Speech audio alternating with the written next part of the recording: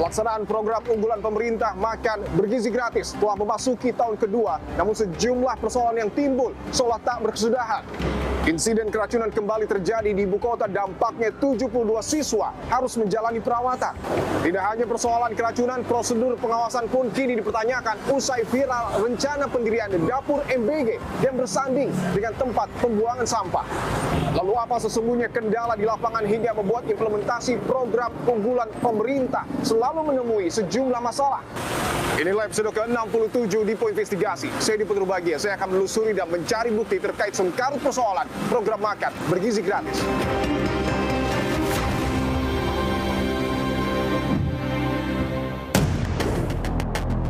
Saudara, saya tiba di Kelurahan Pondok Kelapa, Kecamatan Durensawit, Jakarta Timur, yang diduga menjadi titik awal penyebab 135 siswa dan guru alami keracunan usai menyantap makan bergizi gratis. Meskipun sudah ditutup, tetapi papan informasi ataupun spanduk bertuliskan Satuan Pelayanan Pemenuhan Gizi masih terpasang di SPPG Pondok Kelapa 2, saudara.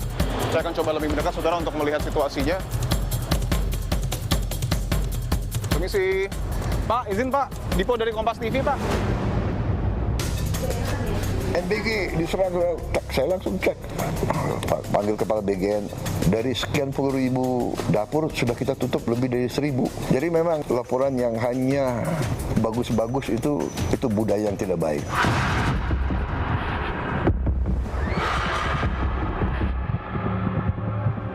Saya berada di Jalan Cakung Cilincing, Jakarta Timur, yang belakangan viral usai video yang merekam rencana pembangunan dapur MBG berdampingan dengan tempat pembuangan sampah. Kalau kita lihat dari sela-sela pintu ini, Bung Charles, bahwa sudah dicopot spanduk ataupun papan informasi bertuliskan SPPG Cakung Timur. Kalau sampai sudah terbangun seperti ini, artinya menurut saya ya, sudah ada komunikasi dengan oknum di pihak internal BGN yang mungkin sudah memberikan lampu kuning bahkan lampu hijau dan dijanjikan untuk bisa mendapatkan izin operasional.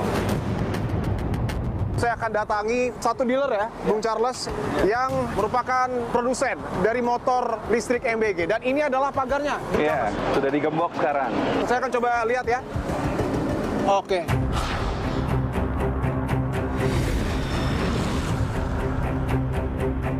Atas nama Badan Gizi Nasional, saya menyampaikan turut prihatin untuk para penerima manfaat yang mengalami kejadian dan mohon maaf atas kejadian tersebut.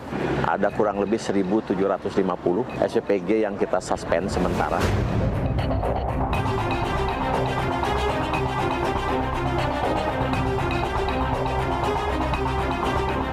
Ini adalah kolam IPAL.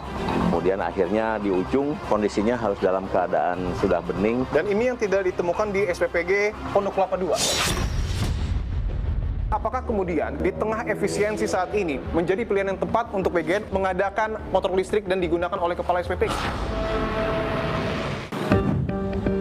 Saudara, saya tiba di Kelurahan Pondok Kelapa, Kecamatan Durensawit, Jakarta Timur, yang diduga menjadi titik awal penyebab 135 siswa dan guru alami keracunan usai menyantap makan bergizi gratis. Saya akan menginvestigasi, saudara, secara langsung ke dapur MBG atau Satuan Pelayanan Pemenuhan Gizi Pondok Kelapa 2 yang mendistribusikan makanan ke 4 sekolah yang kemudian terdampak keracunan. Namun sebelum itu, saudara, saya akan jelaskan terlebih dahulu duduk perkara insiden keracunan yang kembali terjadi di ibu kota DKI Jakarta. Insiden keracunan usai menyantap menu makan bergizi gratis bermula pada hari Kamis, 2 April 2026. Kala itu pagi hari, Satuan Pelayanan Pemenuhan Gizi atau SPPG Pondok Kelapa 2 mendistribusikan menu makan bergizi gratis sedikitnya ke 4 sekolah penerima manfaat, yakni SDN Pondok Kelapa 01, SDN Pondok Kelapa 07, SDN Pondok Kelapa 09, dan SMAN 91 Jakarta. Menu yang disajikan beragam, mulai dari spaghetti bolognese, bola-bola daging, orak-arik tahu telur, sayuran campur, hingga buah stroberi.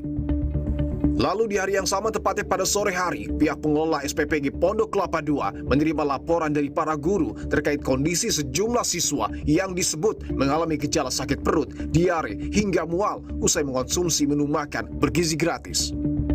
Dan pada hari Jumat 3 April 2026, berdasarkan data Kepala Satuan Pelaksana Pendidikan Kecamatan Durensawit, 135 siswa dan guru alami keracunan.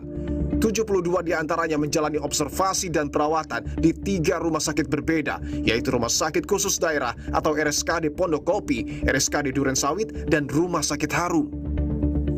Menanggapi insiden tersebut, Wakil Kepala Badan Gizi Nasional Bidang Komunikasi Publik dan Investigasi, Nanik Sudaryati Deang, meminta maaf dan menyebut pihaknya akan bertanggung jawab, termasuk menanggung seluruh biaya pengobatan 72 siswa.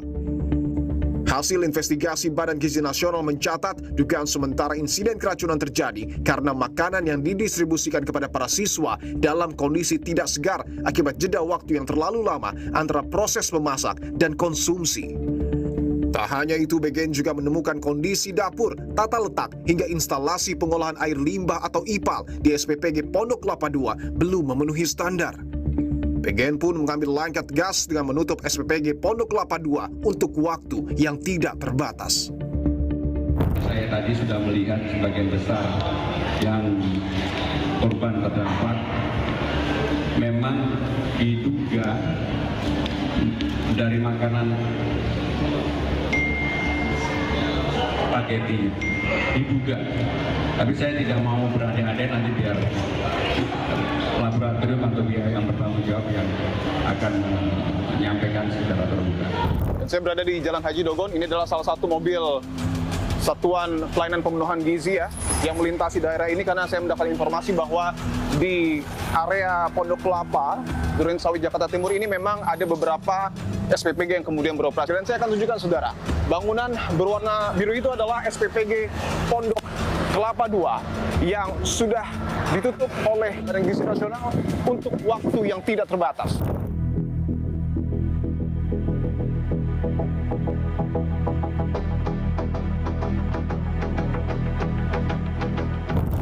Saya akan coba lebih mendekat, saudara, untuk melihat seperti apa situasi SPPG Pondok Kelapa II usai ditutup secara kasat mata ya. Kalau bisa ditunjukkan, pagar dalam kondisi tertutup. Meskipun sudah ditutup, tetapi papan informasi ataupun spanduk bertuliskan Satuan Pelayanan Pemenuhan Gizi masih terpasang di SPPG Pondok Kelapa II, saudara. Saya akan coba lebih mendekat, saudara, untuk melihat situasinya. Bisa dilihat ya, ini nampak terkunci. Permisi. Pak, izin Pak, Dipo dari Kompas TV, Pak. Pak, izin boleh ketemu sama pengelola SPPG, Pak? Gimana, Pak? Sudah tidak ada kegiatan di sini. Oh, sudah tidak ada kegiatan. Ini sudah ditutup sementara waktu ya, Pak ya? Ya. Oke. Ini sudah tidak memasak makanan untuk sekolah-sekolah ya, Pak ya? Sesuai dengan ketentuan yang BGN ya, Pak ya? Kalau saya izin untuk masuk boleh, Pak? ini kan sedang ada perbaikan, jadi memang tidak bisa diizinkan. Oh, sedang ada perbaikan. Itu perbaikannya berarti untuk rekomendasi dari BGN untuk diperbaiki atau seperti apa? Mungkin seperti itu, saya tidak bisa menjelaskan apa tujuannya ini. Ini kasus keracunan baru pertama kali, Pak? Kalau untuk Ya, sudah. baru pertama kali ya? Oh, Mungkin cukup ya, Pak ya. Terima kasih. makasih ya, Pak. Saya akan tunjukkan lagi, saudara. Tadi saya mendapat informasi dari tugas keamanan dari SPPG Pondok Kelapa II yang menyebut bahwa betul SPPG ini sudah tidak beroperasi, tetapi ada sejumlah renovasi. Itu ada renovasi ya yang sedang dilakukan di dalam. Nampaknya ada sejumlah sisi yang kemudian diperbaharui. Untuk bagian tersebut yang sedang dirapikan ini memang belum dicat berwarna biru sesuai dengan warna khas dari SPPG, tetapi sedang didempul ya. Dan kemudian dipersiapkan mungkin untuk fasilitas penunjang. Apakah betul ini salah satu upaya untuk kemudian meningkatkan kualitas dari SPPG Pondok Kelapa II? Sayangnya saya tidak bisa mengkonfirmasi lebih jauh karena tadi sudah dijawab ya, dan juga sudah dijelaskan oleh petugas keamanan setempat bahwa saya belum bisa bertemu dengan kepala SPPG ataupun pengelola yayasan. Meskipun ya ada satu mobil ya, bisa dikatakan mobil yang cukup mewah, berada di dalam SPPG Pondok Kelapa II. Dari anak saya sih kemarin itu dari pihak NBG kan memberikan menu yang dibilang ada spagettinya, selang berapa jam, 3 atau 4 jam itu langsung bereaksi. Kalau anak saya badannya lemas, kemudian diare, kemudian badannya panas gitu. Saya sampai 39 sih.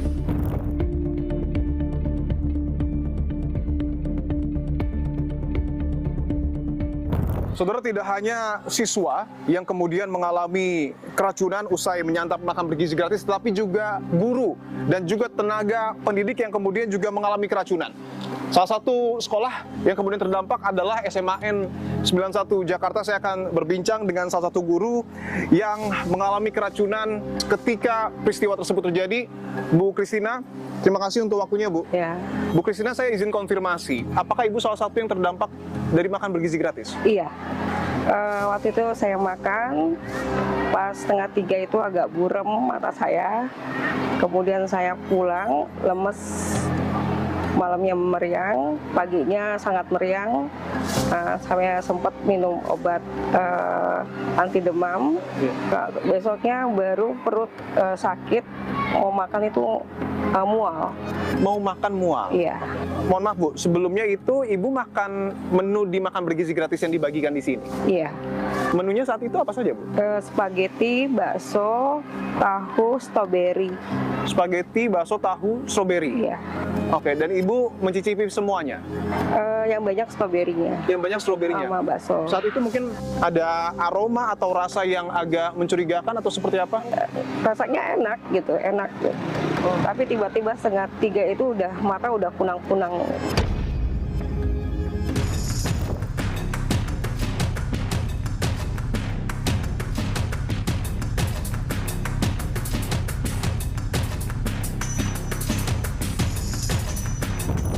Saudara, selain keracunan, tetapi yang penting untuk kemudian di dalamnya adalah bagaimana kemudian pengawasan implementasi program makan bergizi gratis. Saya berada di Jalan Cakung Cilincing, Jakarta Timur, yang belakangan viral usai video yang merekam rencana pembangunan dapur MBG atau SPPG berdampingan dengan tempat pembuangan sampah. Saya akan coba mendekat, saudara, dan bisa dilihat di titik saya berdiri saat ini adalah tempat pembuangan sampah yang ada di Jalan Cakung Cilincing, dan tidak hanya itu, tetapi ada mobil pengangkut sampah. Dan ini adalah gerobak-gerobak sampah ya, yang ada di sekitar Jalan Cakung Cilincing. Bang, izin Bang, Dipo dari Kompas TV, Bang. Bang, mau nanya sebentar aja, ini TPS udah dari lama atau gimana? Lama banget. Udah lama banget? Udah lama banget, 2008 udah ada. 2008? Oke, artinya hampir 20 tahun? Hampir. Oke, tapi Abang tahu sebelumnya rencana pembangunan dapur MBG ini? Udah tahu. Sudah tahu? Udah tahu. Cuman kenapa dari tim interview bisa ini, lolos gitu. Dan bisa dilihatnya sangat dekat sekali, ini tempat pembuangan sampah, dan ini adalah area ataupun gedung yang rencananya digunakan untuk kemudian dipersiapkan sebagai dapur MBG ataupun Satuan Pelayanan Pemenuhan Gizi Cakung Timur. Saya akan coba lebih mendekat dan melihat kondisinya. Mungkin bisa ditunjukkan ya dari sela-sela seng ini bahwa sudah terkonfirmasi oleh Badan Gizi Nasional setelah video viral menunjukkan rencana pembangunan dapur MBG ini bersanding dengan tempat pembuangan sampah. BGN secara resmi sudah mereject atau membatalkan perizinan dari SPPG Cakung Timur, dan bisa dilihat ya sudah tidak ada lagi spanduk bertuliskan SPPG yang dipasang di area ini. Saya akan tunjukkan di sebelah sana ada semacam toren ya, bertuliskan IPAL, instalasi pengolahan air limbah, yang artinya sebelumnya dipersiapkan sebagai salah satu persyaratan untuk membangun dapur MBG ataupun SPPG.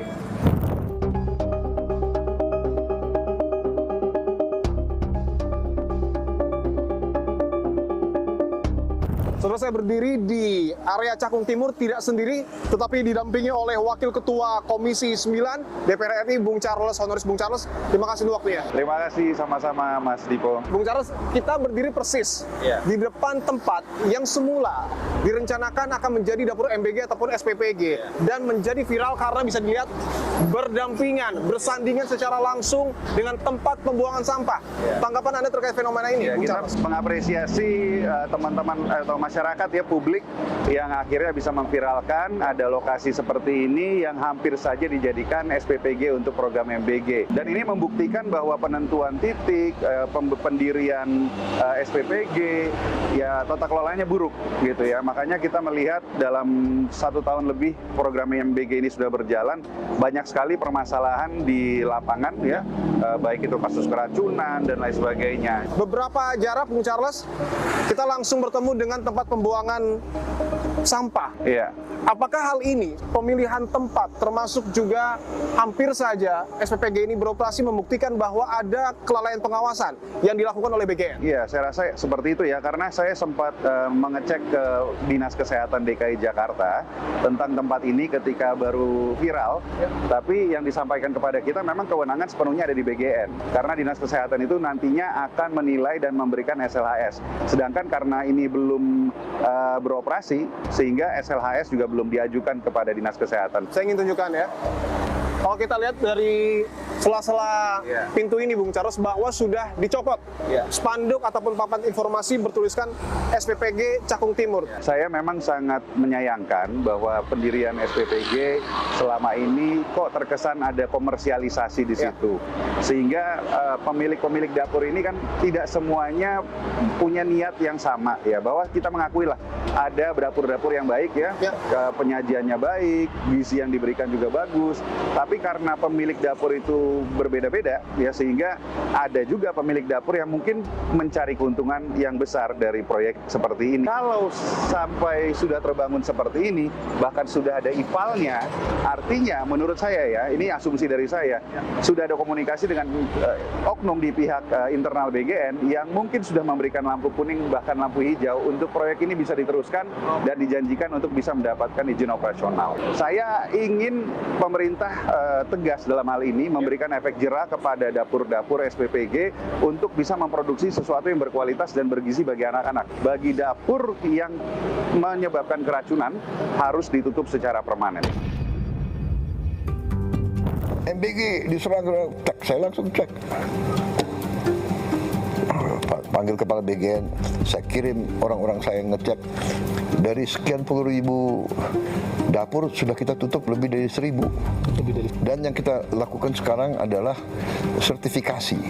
Jadi kalau dapur kamu mau survive lebih dari berapa bulan, kamu harus lulus sertifikasi kebersihan, sertifikasi keamanan makanan, dicek ke airnya gimana, kemudian omprengnya semua itu ada kriterianya.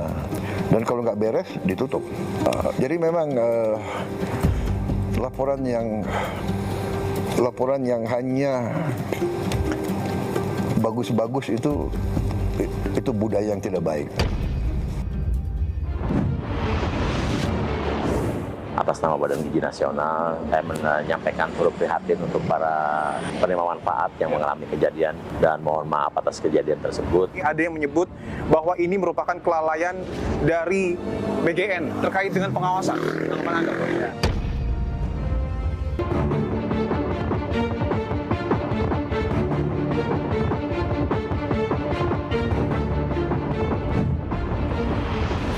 Saudara, saya bersama dengan Bung Charles Honoris berada di Jalan Dan Mogot, Grogol, Jakarta Barat. Saya akan datangi satu dealer ya, Bung Charles, yang merupakan produsen dari motor listrik MBG. Dan ini adalah pagarnya. Iya, sudah digembok sekarang.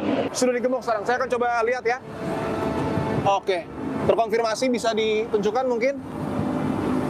Sangat jelas tulisannya adalah Emo Electric Mobility, merek motor listrik yang akan digunakan oleh kepala SPPG. Saya ingin tanyakan Bung Charles bahwa motornya sudah dikirim, sudah tersebar videonya melalui media sosial, tetapi dealernya belum beroperasi. Apakah ini hal yang wajar? Bahwa hari ini kita datang ke sini, kita lihat sendiri, kantornya saja belum ada, berarti saya nggak tahu dasar untuk penentuan mengapa merek ini yang diambil juga menjadi pertanyaan besar. Kita ketahui kepala SPPG itu tugasnya adalah melakukan mengelola memanage SPPG atau dapur, sehingga kebutuhan yang bersangkutan untuk berpergian itu sebenarnya kan minim sekali. Dan saya tidak melihat urgensi mereka bisa mendapatkan motor dengan jenis motor trail ya, apalagi yang ada di perkotaan seperti di Jakarta ini gitu.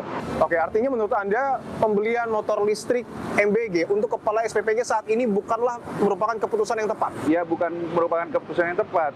Bayangkan hari ini semua kementerian dipaksa untuk melakukan efisiensi. Bahkan Bapak Presiden juga menyampaikan berkali-kali agar kita melakukan efisiensi karena kondisi ekonomi memang sedang dalam menghadapi tantangan gitu.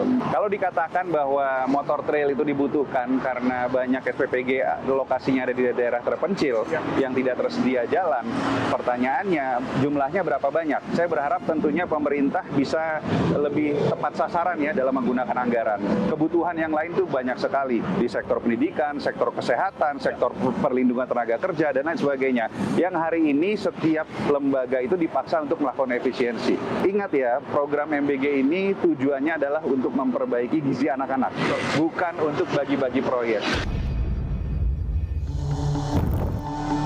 Kami mencoba mengkonfirmasi kepada produsen motor listrik MBG terkait sejumlah pertanyaan yang timbul di tengah publik, namun panggilan telepon yang kami lakukan tidak dijawab oleh pihak yang bersangkutan. Saya akan bertahan sedapat mungkin. Daripada uang-uang dikorupsi, lebih baik rakyat saya bisa makan. Anda nggak lihat anak-anak yang stunting. Saya lihat, saya kampanye sekian kali, saya di desa-desa saya lihat anak umur berapa, 11 tahun, badannya anak 4 tahun. Saya yakin saya berada di jalan yang benar. Saudara, memasuki tahun kedua pelaksanaan, publik mencatat sejumlah persoalan terkait dengan pelaksanaan program unggulan pemerintah makan bergizi gratis. Salah satunya adalah terkait dengan kasus keracunan. Tetapi tidak hanya itu, ada juga sejumlah persoalan lain, mulai dari pengawasan hingga penggunaan anggaran yang kemudian menjadi pertanyaan publik. Lalu bagaimana Badan Gizi Nasional menjawab pertanyaan ini? Saya akan tanyakan secara eksklusif kepada Profesor Dadan Hindayana, Kepala Badan Gizi Nasional. Prof, terima kasih untuk waktunya, Prof. Ya, sama-sama. Baik. Selamat datang, Mas Dipo. Saya ingin langsung ke kasus yang paling dekat dan paling baru, Prof Dadan, bahwa di Jakarta ada kasus keracunan yang diduga akibat MBG. 135 siswa dan guru mengalami keracunan. 72 diantaranya harus menjalani perawatan. Apa penjelasan dari BGN? Mengapa kasus keracunan kembali terjadi di ibu kota? Ini adalah salah satu kejadian di mana bentuk kelalaian terjadi di lapangan, dan atas nama Badan Gizi Nasional saya menyampaikan turut prihatin untuk para penerima manfaat yang mengalami kejadian dan mohon maaf atas kejadian tersebut. Dan kami sedang melakukan investigasi secara detail kurang lebih penyebabnya apa, karena dari hasil saya ke lapangan ada orang tua siswa yang mencicipi baksonya saja terkena. Gitu. Jadi bukan dugaan kami tadinya kan disebabkan karena sausnya yang sudah terlalu lama dipanaskan. Untuk sementara SPPG-nya kita suspend. Ada kurang lebih 1.750 SPPG yang kita suspend sementara. 1.750 SPPG disuspend? Seluruh Indonesia. Itu penyebabnya karena IPAL-nya tidak ada, atau belum mendaftar SLHS, atau juga ada juga yang IPAL-nya sudah ada, kemudian sudah daftar SLHS, kualitasnya juga bagus, tetapi sertifikatnya belum keluar lebih dari 1 bulan. Itu pun kami suspend. Kami sedang berusaha untuk meningkatkan kualitas agar keamanan pangannya lebih terjaga. Oke, saya izin tanyakan bahwa sejumlah kasus keracunan yang terus terjadi dalam implementasi program makan bergizi gratis ini, ada yang menyebut bahwa ini merupakan kelalaian dari BGN terkait dengan pengawasan. Ya, begini, kami kan sudah menetapkan SOP, kami menetapkan standar, kemudian kami buat juga juknis. Nah, memang tantangan bagi kami adalah bagaimana agar ini dipatuhi secara penuh oleh seluruh mitra, seluruh SPPG di seluruh Indonesia. Oke. Jadi memang kami sedang berusaha meningkatkan intensitas tersebut. Ada tanda-tanda perbaikan karena jumlah kasusnya terus menurun ya. Meskipun kita ingin menghilangkan total kejadian tersebut agar masyarakat lebih percaya dengan apa yang kami lakukan. Oke, tentu itu yang akan kita dukung, tapi saya ingin tanyakan Prof bahwa ada satu lagi hal yang kemudian viral di media sosial dan menjadi perbincangan publik ketika ada perencanaan pembangunan SPPG di Cakung bersebelahan dengan tempat pembuangan sampah. Apakah itu memang sesuai dengan standar yang kemudian ditetapkan oleh BGN? Enggak, justru kami tidak akan pernah meloloskan. Tidak akan pernah meloloskan. Tidak akan pernah meloloskan satu ya SPPG yang berdekatan dengan tempat pembuangan sampah.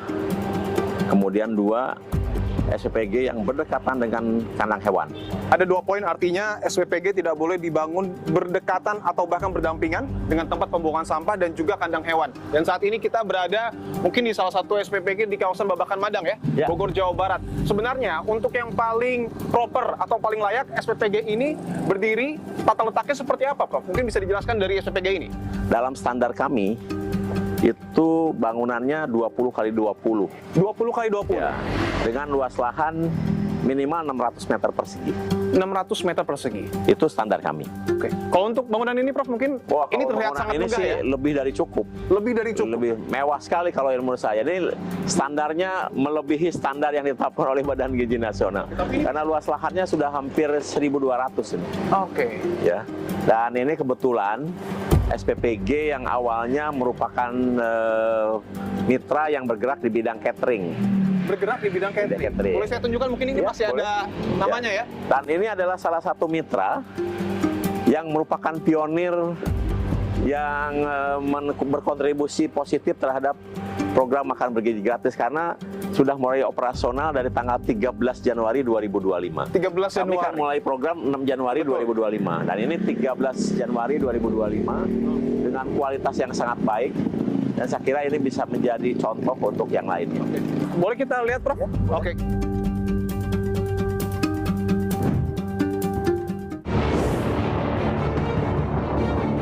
Ketika di tengah efisiensi saat ini dan di tengah ancaman krisis akibat geopolitik, menjadi pilihan yang tepat untuk BGN mengadakan motor listrik dan digunakan oleh Kepala SPPG.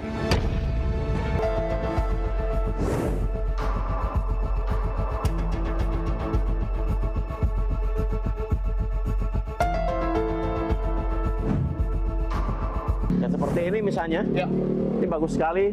Dari jalan ada tempat parkir, sehingga bisa mobil masuk di sini untuk unloading dan uploading ya.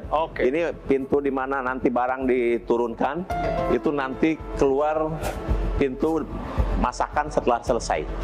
Jadi barang akan turun di sini, kemudian nanti akan di processing di sini. Bahkan ini kantornya bagus sekali. Boleh kita intip, Prof? Boleh, masuk. Ini ruang konsultasi gizi. Ya kan di setiap SPPG ada ahli gizi. Yang kita rekrut sebenarnya lokal. Kenapa demikian? Karena ahli gizinya harus tahu potensi sumber daya lokalnya, nanti bahan bakunya apa, dan kesukaan masyarakat lokal. Ahli gizi ini berfungsi untuk menyusun menu dengan angka kecukupan gizi disesuaikan dengan penerima manfaat. Tapi bagi masyarakat umum yang tidak menerima manfaat program makan bergizi gratis, ahli gizi ini bisa dimanfaatkan oleh mereka untuk konsultasi diet dan sebagainya. Itu boleh dilakukan? Boleh, karena memang itu fungsinya.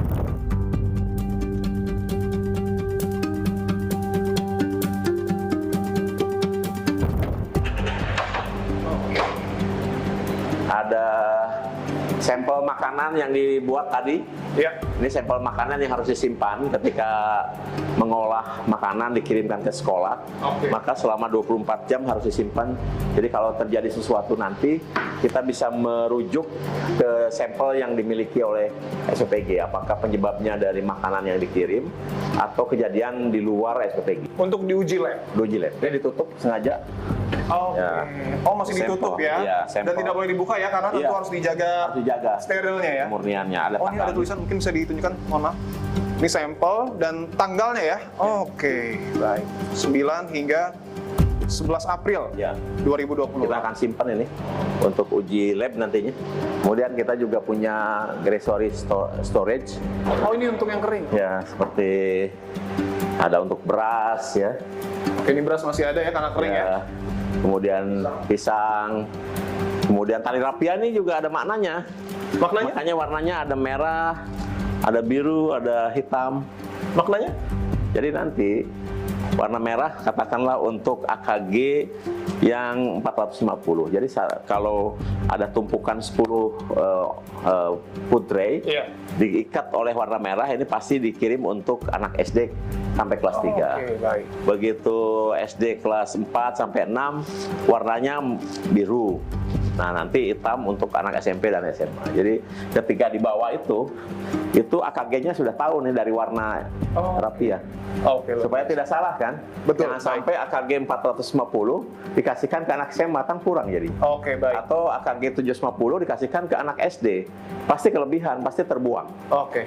Setelah dipersiapkan, maka kemudian di processing di sini.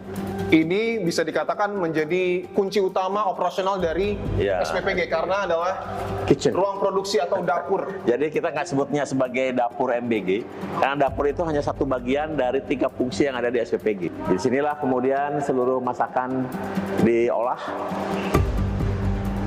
dan kemudian setelah selesai maka dikirim ke ruang depan untuk diporsi. Porsi sesuai dengan juga nanti dengan AKG-nya masing-masing. Jadi nanti akan ada meja yang untuk anak porsi kecil, ada yang porsi sedang, ada yang porsi besar. Oke. Dan ini menurut saya ruangannya cukup representatif.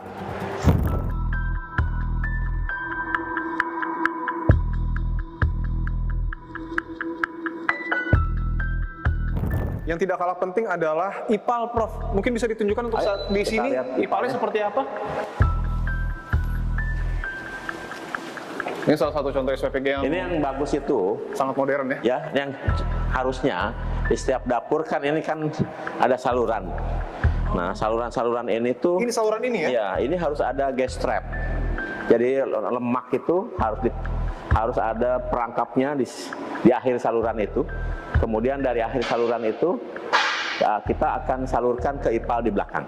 Boleh kita ke sana, Prof? Boleh. Oke, artinya di dalam dapur pun ada saluran khusus. Saluran. Jadi seluruh dapur yang sesuai dengan SOP kita sudah seperti ini. Oke. Kita akan coba melihat secara utuh, Saudara, proses ataupun instalasi pengolahan air limbah yang ada di sini. Ini adalah kolam IPAL. Jadi ada minimal 5, yang ideal itu 5. 1, 2, 3, 4, 5. Ya, jadi dari mulai saringan kerikil, saringan batu bata, kemudian akhirnya di ujung kondisinya harus dalam keadaan sudah bening dan baru disalurkan ke luar. Oke, dan ini yang tidak ditemukan di SPPG Pondok Kelapa 2? Ya, yang belum ditemukan. Belum ditemukan. Dan harus bangun seperti ini. Dan, harus bangun seperti dan ini. Tidak sedikit sekarang ada mungkin sekitar 1000-an SPPG yang harus membangun IPAL seperti ini.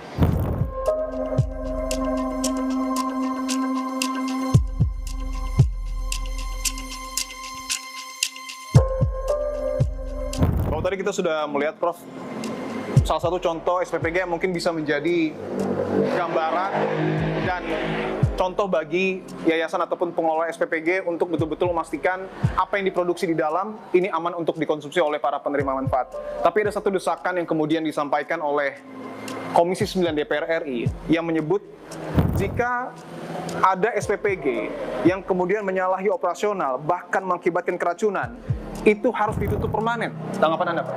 Perlu diketahui bahwa sampai sekarang ada 26.360 satuan pelayanan pemenuhan gizi di seluruh Indonesia, termasuk yang kita lihat ini. Ini adalah kontribusi mitra. Jadi tidak ada uang serupiah pun dari pemerintah untuk membangun SPPG ini. Tidak ada uang dari negara sedikit? Tidak ada untuk membangun ini. Membangun fasilitas, menyiapkan peralatan, mengadakan peralatan, membangun IPAL, itu seluruhnya adalah mitra yang membangun. Dan oleh sebab itu kami selalu berprinsip apa yang disebut dengan continuous improvement. Jadi kalau ada mitra yang mengalami kejadian, melakukan kesalahan prosedur, kami cenderung mengingatkan dengan peringatan ke-1, peringatan ke-2, peringatan ke-3, dan mungkin permanen. Kejadian gangguan pencernaan atau yang di masyarakat bilangnya keracunan di satu SPPG tidak pernah terulang di SPPG yang sama. Tidak pernah berulang di SPPG yang sama. Cenderung SPPG yang pernah mengalami kejadian akan melakukan operasi jauh lebih baik. Ada satu hal yang kemudian juga menjadi perhatian publik soal penggunaan anggaran. Kita tahu bahwa banyak sekali video viral di media sosial yang menunjukkan motor listrik MBG ini sudah mulai berdatangan dan dengan jumlah yang cukup banyak, Prof. Pertanyaan saya adalah, apakah kemudian ketika di tengah efisiensi saat ini dan di tengah ancaman krisis akibat geopolitik, menjadi pilihan yang tepat untuk BGN mengadakan motor listrik dan digunakan oleh Kepala SPPG? Pengadaan motor listrik ini sudah dirancang ketika program ini berjalan. Karena sudah ada program, maka kita masukkan dalam anggaran 2025. Anggaran 2025? 2005. Dan itu sebenarnya diadakan pada tahun 2025. Nah, dari target kurang lebih 25.044 sepeda motor yang ditargetkan, itu hanya bisa dipenuhi 85%. Jadi sekarang ada 21.801 sepeda motor yang sudah selesai, dan sekarang masih ada di gudang. Masih kami harus lakukan yang disebut dengan proses administrasi BMN atau barang milik negara.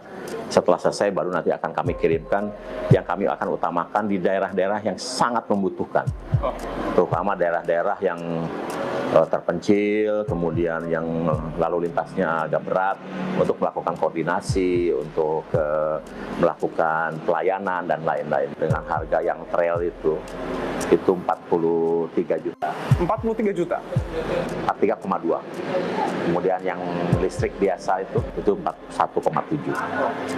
Jadi total keseluruhan kurang lebih 897 miliar.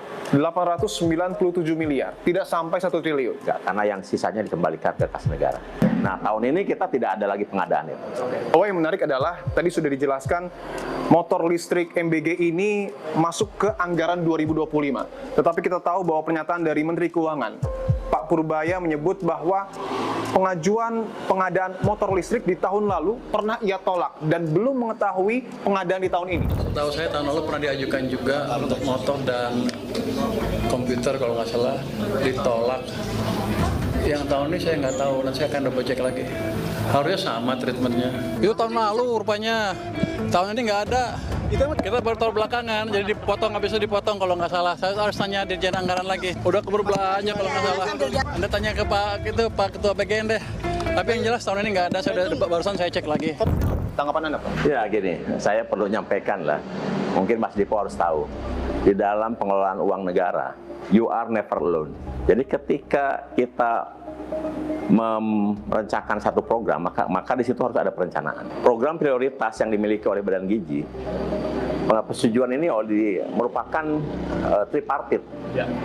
Badan Gizi, Menteri Keuangan, Menteri Perencanaan Pembangunan. Disetujui perencanaan itu, kemudian disiapkan anggaran. Nah, ketika anggaran disiapkan, anggaran itu tidak serta-merta bisa digunakan, itu pasti akan ada bintangnya.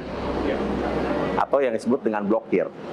Nah, untuk membuka blokir itu, kita juga harus konsultasi juga dengan yang sama. 3 pihak tadi? 3 pihak. Ketika dibuka anggaran, maka kita harus melakukan prosedur pengadaan.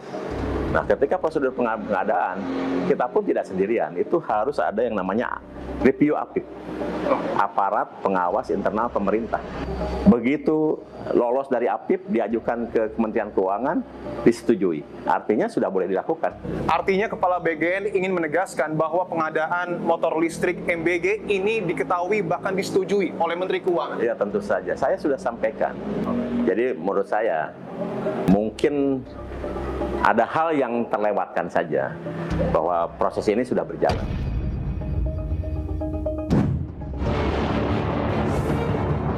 korban akibat makan bergizi gratis menyentuh angka 33.626 orang. Apa yang salah dari implementasi program MBG? Tentu saja terkait pengawasan ya. Ketika SPPG dapat izin, itu kan harusnya ada monitoring yang ketat sekali.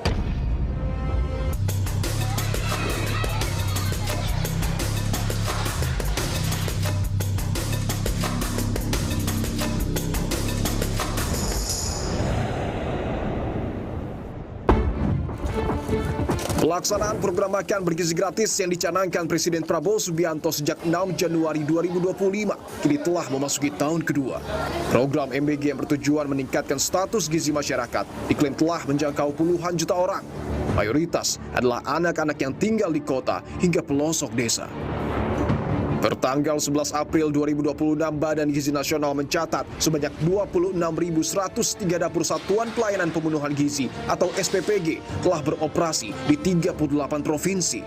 Sementara jumlah penerima manfaat telah menyentuh angka 61,2 juta orang dari target jangkauan sebanyak 82,9 juta orang pada tahun 2026. Meski secara statistik capaian penerima manfaat hampir penuhi target, namun ragam persoalan jadi ujian nyata penyelenggaraan MBG. Sejumlah kasus keracunan jadi sorotan sepanjang program ini berlangsung. Pada awal Februari lalu, di Kabupaten Ketapang, Kalimantan Barat, sebanyak 340 orang terdiri dari pelajar hingga tenaga pendidik mengalami keracunan usai mengkonsumsi MBG. Mereka menjalani perawatan intensif di puskesmas dan rumah sakit. Peristiwa serupa juga terjadi di Kabupaten Tulang Bawang, Provinsi Lampung pada akhir Februari lalu. Sebanyak 38 orang, mulai dari pelajar, guru, hingga wali murid, alami gejala muntah hingga diare usai menyantap makan bergizi gratis. Kedua peristiwa ini kian memperpanjang deret kasus keracunan MBG. Sementara itu, berdasarkan hasil monitoring dan evaluasi Jaringan Pemantau Pendidikan Indonesia yang dirilis pada 8 April 2026, jumlah korban akibat keracunan makan bergizi gratis pada tahun 2025 mencapai angka 28.103 orang. Sementara itu, sepanjang Januari hingga 7 April 2026, jumlah korban keracunan MBG mencapai angka 5.523 orang. JPPI mencatat total korban akibat keracunan makan bergizi gratis telah menembus angka 33.626 orang. Deretan kasus keracunan MBG terjadi di tengah polemik anggaran program ini yang membengkak sejak pertama kali diluncurkan. Pada tahun 2026, anggaran MBG melonjak 5 kali lipat dibanding tahun 2025 lalu menjadi 268 triliun rupiah. Dari total anggaran tersebut, lebih dari 92% atau sekitar 248 triliun rupiah dialokasikan langsung untuk makan bergizi gratis. Sementara sisanya dibagi ke dalam pos anggaran non-MBG serta dukungan manajemen program seperti belanja operasional dan pegawai. Anggaran non-MBG digunakan untuk berbagai kebutuhan pendukung, mulai dari penyediaan dan penyaluran, pengembangan sistem dan tata kelola, hingga promosi, edukasi, serta pemantauan dan pengawasan program. Sorotan publik terhadap penggunaan anggaran MBG pun semakin tajam usai Badan Gizi Nasional membeli puluhan ribu motor listrik. Makan bergizi gratis bukan sekedar program, melainkan investasi masa depan yang menuntut pengawasan. Sebab di setiap uang negara yang digelontorkan, ada kehidupan anak bangsa yang tak boleh dikorbankan. Makan bergizi gratis harus jadi solusi nyata demi mencetak generasi sehat menuju Indonesia Emas 2045. Saudara, saya sudah bersama dengan Ibu Retno Listiarti, Ketua Dewan Pakar Federasi Serikat Guru Indonesia. Bu Retno, terima kasih untuk waktunya. Sama-sama. Bu, saya ingin mengajak Bu Retno untuk membahas soal angka keracunan MBG di tahun 2026 yang merupakan hasil monitoring, Bu, dan evaluasi dari JPPI atau Jaringan Pemantau Pendidikan Indonesia. Korban akibat makan bergizi gratis menyentuh angka 33.626 orang. Apa yang salah dari implementasi program MBG? Ya, pertama adalah tentu saja terkait pengawasan ya. Pengawasan? Ya, karena makanan-makanan ini kan diproduksi oleh SPPG. Nah, SPPG ini dia memegang sekian puluh sekolah. Dan ternyata makanannya beracun, maka jumlah yang keracunan pasti sejumlah murid yang ada di situ kan. Ya. Nah, lalu yang kedua adalah bisa jadi dari bahannya. Misalnya waktu kasus besar di Bandung Barat ya, itu kan sebenarnya ayamnya sudah dibeli dari hari Sabtu, tapi baru dimasak di hari Rabu. Mungkin tidak masuk dalam freezer. Nah, hal-hal yang begini itu bagaimana sebenarnya ketika SPPG dapat izin, itu kan harusnya ada monitoring yang ketat sekali. Menurut saya kita tidak bisa menyebut korban itu dengan, apalagi ini anak-anak, dengan mengatakan hanya itu satu. Yang kedua, dengan menyebut angka 0, Oke, bahwa tadi angka keracunan MBG yang tersebar betul bahwa ada di sejumlah provinsi, tetapi ketika kita masuk bulan April, kita masih ingat betul bahwa di Jakarta ada 135 siswa dan guru yang kemudian diduga keracunan MBG, 72 diantaranya harus dirawat. Tanggapan Anda, Bu Retno? Iya, pertama Jakarta nih ya. Kalau kita berbicara Jakarta, seharusnya lebih dekat dong dengan BGN, lebih dekat banget nih dengan pemerintah pusat. Itu aja kecolongan dengan cara begini kan. Nah, apalagi yang berada di wilayah-wilayah, di daerah-daerah, dan maksudnya di wilayah-wilayah yang lebih jauh dari Jakarta atau lebih jauh dari Jawa. Saya ingin tanyakan soal penggunaan anggaran. Apakah Bu Retno melihat penggunaan anggaran MBG ini sudah tepat sasaran? Program ini itu dimanjakan banget. SPPG ini dimanjakan banget. Udah jadi ASN, dapat gaji, misal kepala SPPG itu 6 juta per bulan, masih dapat lagi gaji dari APBD ya, selain APBN kan dari P3K-nya. Kemudian yang ketiga adalah dikasih motor. Iya kan, motornya pun nilainya nggak kira-kira ya. Ini bukan motor murah ya, karena satu motor kan 42 juta ya. Betul. Nah, lalu satu lagi adalah insentif di mana SPG ini dapat 6 juta per hari. Lalu yang kedua, kalau bicara guru ini kan masih banyak sekali, apalagi guru honor yang dibayar itu nggak manusiawi. Tidak manusiawi? Ya, karena ada yang dibayar 300.000 per bulan loh ya. Bahkan beberapa guru PAUD itu di beberapa wilayah itu ada yang cuma dibayar 150.000 loh per bulan. 150.000 per bulan? Lalu kemudian guru-guru ini rata-rata taruhlah guru honor itu rata-rata 1 juta ke bawah ya. Nah, berarti harus ada pemetaan. Nah, itu yang harus dilakukan oleh BGN, sehingga kebijakannya adalah tidak menyamaratakan. Pokoknya satu sekolah dapat semua. Mau itu sekolah elit, mau enggak, semuanya dapat gitu loh. Itu yang harusnya tidak dilakukan, tapi memetakan mana sekolah yang butuh itu, mana anak yang butuh itu, mana daerah yang butuh itu, lalu dihitung. Dan saya yakin tidak akan sebesar itu.